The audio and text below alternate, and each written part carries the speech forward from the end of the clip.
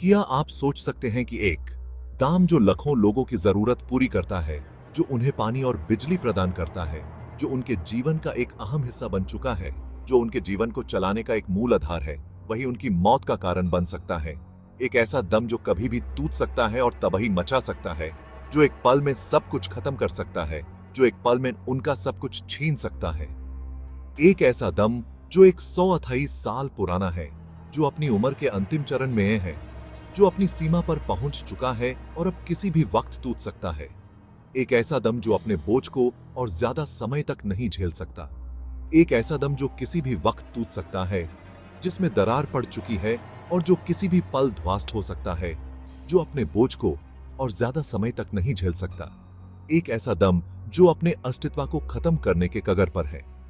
और एक ऐसी तबाही जो 45 लाख लोगों की जिंदगी ले सकती है। सोचिए, एक पल में सब कुछ बदल सकता है, एक पल में सब कुछ खत्म हो सकता है। एक ऐसी तबाही जो न सिर्फ लोगों के घर बल्कि उनके सपने भी बहा ले जाएगी। एक ऐसी तबाही जो उनके जीवन को हमेशा के लिए बदल देगी। एक ऐसी तबाही जो उनके जीवन को हमेशा के लिए अंधेरे में धकेल देगी। मुल्लापेरियार डैम, जो तमिलनाडु और केरला के बीच एक पॉलिटिकल और एनवायरमेंटल कंट्रोवर्सी का केंद्र है। यह डैम 1895 में ब्रिटिश इंजीनियर्स द्वारा बनाया गया था। लेकिन जो चीज सबसे ज्यादा हैरान करने वाली है, वो ये है कि यह पूरा का पूरा डैम चुने और पत्थर से बना है। यह डैम 50 साल के लिए डिजाइन किया गया था, लेकिन वक्त के साथ इसकी हालत बिगड़ती गई है। जब यह डैम बना था, तब इसकी टेक्नोलॉजी और डिजाइन आज के मुकाबले काफी पुरानी थी।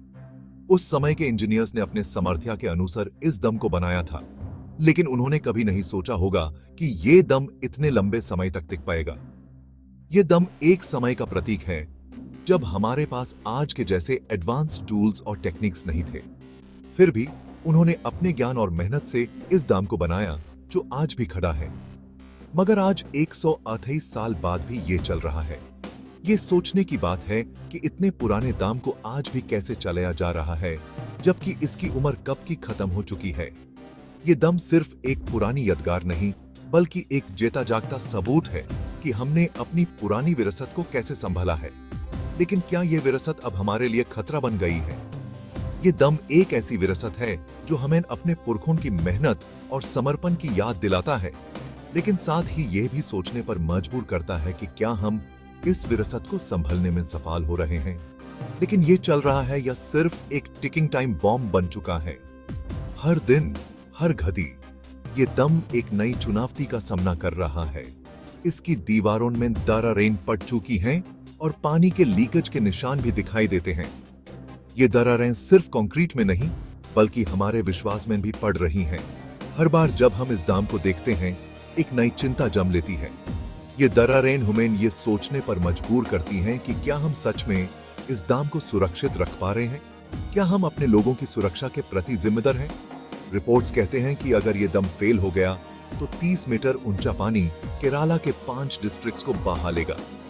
ये एक ऐसी तबाही होगी जो कभी भूली नहीं जा सकती। पिछले कुछ सालों में केरला ने कई बार बाढ़ का सामना किया है, और ये डैम उन बाढ़ों को और भी भयानक बना सकता है। बाढ़ों के बाद जो तबाही होती है, उसका असर सिर्फ कुछ दिन या महीने नहीं, बल्कि कई सालों तक रहता है। लोगों के घर, खेती और जीवन सब कुछ प्रभावित होता है। बाढ़ के बाद जो तबाही होती है, उसका असर सिर्फ भुगतान करने वालों पर नहीं, बल्कि पूरे समाज पर पड़ता है। ये एक ऐसी स्थिति है जो हमें हमेशा याद दिलाती है कि प्रकृति के सामने हम कितने असहाय हैं। और सबसे बुरी बात, तमिलनाडु और केरला की सरकारें एक दूसरे पर इल्जाम लगाने में लगी हैं। दोनों राज्यों के बीच ये मुद्दा एक राजनीतिक खेल बन चुका है, जिसमें आम जनता की सुरक्षा को नजरअंदाज किया जा रहा है। इस समस्या का हल कब और कैसे निकलेगा, ये अभी भी एक बड़ा प्रश्न है। राजनीति के इस खेल में आम जनता की सुरक्षा और भविष्य दांव पर लग गया है। सरकारों को मिलकर इस समस्या का हल निकालना होगा, वरना इसके परिणाम भयंकर हो सकते हैं। ये समस्या सिर्फ एक राजनीतिक मुद्दा नहीं, बल्कि एक मानवीय संकट है। सरकारों को अपने मतभेद भूलकर मिलकर इस समस्या का समाधान निकालना होगा ताकि हमारे लोग सुरक्षित रहें और हमारा भविष्य सुरक्षित हो। तमिलनाडु कह रहा है कि डैम सेफ है और उनका कहना है कि डैम की स्ट्रक्चर मजबूत है और कोई खतरा नहीं है। उनका विश्वास है कि डैम की डिजाइन और कंस्ट्रक्शन इतनी अच्छी है कि ये आने वाले कई सालों तक सुरक्षित रहेगा। तमिलनाडु के इंजीनियर्स और एक्सपर्ट्स भी ये ही कह रहे हैं कि डैम बिल्कुल ठीक है। उनका कहना है कि डैम की हर साल रेगुलर इंस्पेक्शन होती है और हर बार ये पास होता है।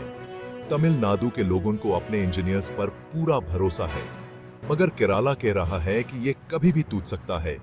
उनका कहना है कि डैम पुराना हो चुका है और इसमें दरार आ गई है।